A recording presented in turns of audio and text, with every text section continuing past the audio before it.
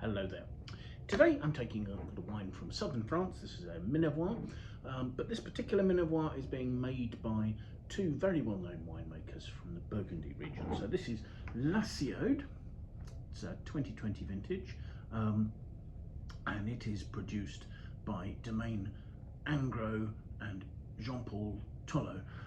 They are a husband and wife couple who, as well as making wine in Burgundy, in I think it was about 2006, invested in a property in Cazelles, in the best part of the Minervois region. Cazelles is in La Ciaude zone, one of the geographic zones within Minervois to the north, up near the on a plateau near the Montagne de Noir, where some of the best Minervois are made. There's an individual cru there. The town of La Livinière has its own AC for Minervois La Livinière, and Cazelles is another village that's recognised sufficiently that it's allowed to put its name on the label of Minervois.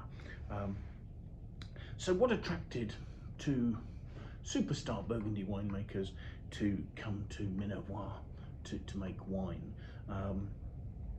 I guess these are relatively high altitude. The altitude here is somewhere between 200 and 500 meters. I think they're more towards the 200 meters level here. La Ciaude is a gentle slope facing south. It's a sun trap. La Ciaude, evidently in the local dialect, means the sun.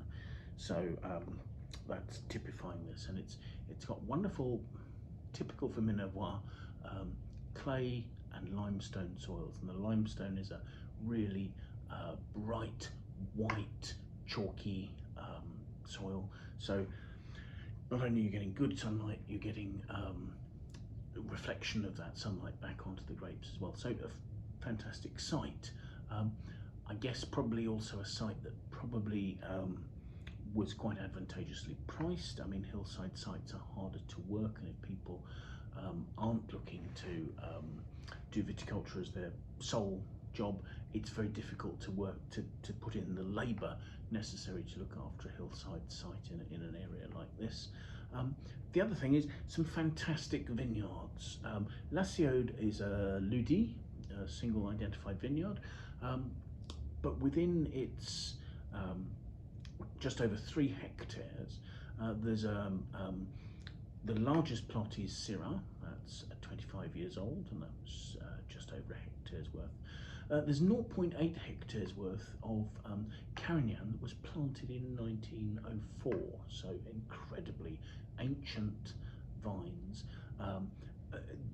The remainder of the Carignan, another half a hectare, was planted 50 years ago, so also incredibly old, but obviously nowhere near as old as the 104-year-old portion. And then the remaining half hectare must have been replanted by Anne and Jean-Paul, because that's 12 years old, and that's Grenache. So possibly they're just sort of balancing the fruit resources there.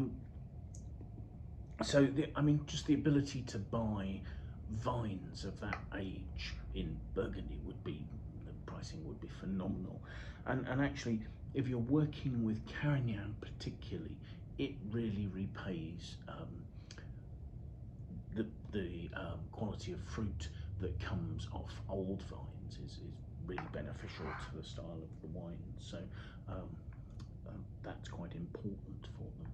So those are probably the things that attracted them to this site in particular. Wonderful collection of old vines particularly. So the winemaking is, I guess, relatively traditional. There's hand picking. I mean, I'm guessing these old vines particularly will be trained to gobelet, so single vines, not on long trellises, so not machine harvestable. So hand picking, everything is destemmed. Fermentation goes on in stainless steel tanks, temperature controlled stainless steel tanks. The yeasts used are the ambient yeast, the natural yeast that come into the winery on the fruit or already established in the winery. Aging goes on in large oak predominantly. 80% of the wine ages in large oak, and then a portion of it will age in what the French call inox, so stainless steel tanks, presumably to retain its freshness. The blend of the varieties going in here, I believe, is about 35% Syrah, 35% Carignan, with the balance, the remaining 30% being the Grenache. So let's have a look at the wine, shall we? I mean, I'm expecting something quite powerful from Old Vine Carignan, and I'm not disappointed by the colour here because it's positively inky. There's I mean, it's a ruby red that loses almost no colour to the rim there. I can't see through the wine at all. It's got a lovely depth of colour. Swelling it, yes, getting some tears forming there. Didn't actually see the alcohol. 14.5% alcohol, so a reasonable strength there. Let's have a look at the aroma, shall we? Those are very typically southern French and meaty. Meaty initially. There are some lifted top notes. People talk about the aromas of the garrigue with wines from sort of Minervois and the Roussillon, and that's the sort of the natural scrub that you find that often contains things like thyme and rosemary, and there's a perfume to it, a slightly dusty perfume almost, and there are some top notes of that in here. There are also some sort of deep, dark, plummy fruit notes, but they're a little restrained at the moment. So let's have a taste and see what we make of those.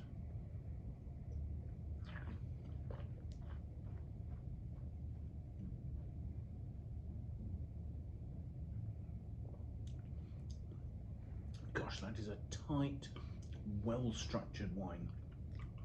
But having said that, the fine tannins are very fine and they're lovely and smooth. There is a drying note and there's a real grip to the finish there, a slightly peppery note, and more sort of peppery from the dryingness than from an actual sort of sharp pepper flavour. I mean, it could be related to the peppery notes you sometimes get from Syrah, but you know, some of it is that drying, slight bitterness to the tannins there, although the lovely richness to the fruit is stopping that from seeming too bitter. There's a juiciness to this. It's not burstingly juicy, but it's got a nice restraint to it and a freshness, and that's suggesting to me that the acidity is pretty good and fresh, just enough to sort of lift the wine. It's got a really solid core, not quite licoricey, to be honest. It's more of a sort of a plush, deep, dark red fruit. It's that sort of maybe slightly cooked red plum note, not getting to a stage of prune. It's got too much concentration and focus and freshness for that. The meaty notes that we saw on I saw on the aromas aren't necessarily obvious on the palate. There's a tiny touch of them right at the back there, but that's just adding sort of roundness and a little bit of complexity. The tannins have receded as the fruit has opened up, and there's a sort of lovely rounded nature to the finish. I mean, this is relatively closed at this stage. I suspect it's a wine that will probably be better in 5 or 6 years' time once it's had a chance to open up. The tannins are wonderfully tight. Minervois is fantastic as an accompaniment to a dish from the area. If you go to Carcassonne, this sort of historic city, the old walled city that's been restored in this part of the world nearby, one of the delicacies there is cassoulet. So it's boiled beans with things like duck and saucisson, and plenty of really fatty meat going into that, and sort of right throughout the dish, I guess. And actually something like this, which has this sort of concentrated tannin and power, has the ability to match something like that really beautifully. And the fact that it's a little closed at the moment with the right foods would actually make it work really nicely. I'm pleased by the balance here. The alcohol, it fits with the richness of the fruit, so it's not dominating. Just, you know, despite being 14.5%, this doesn't seem like a particularly alcoholic hot wine. The structure is preventing that. The flavours are lasting well. It's a structured finish. It's not necessarily particularly perfumed, but there's a presence that's continuing in the mouth for quite a while. So thank you very much for watching. I hope you find this interesting. I will be doing a couple more tastings of wines from Anne Gros and Jean-Paul Tollot, because I think they're really interesting. I love the fact that they've found these wonderful old vine resources, and they're making these really beautiful wines with them that I mean, they're not massively expensive considering the wine's background and the wine's quality. So do please, if you can, join us for some of those other tastings. Do like and share the videos, but yeah, do make sure you try and join us again soon, won't you? Bye now.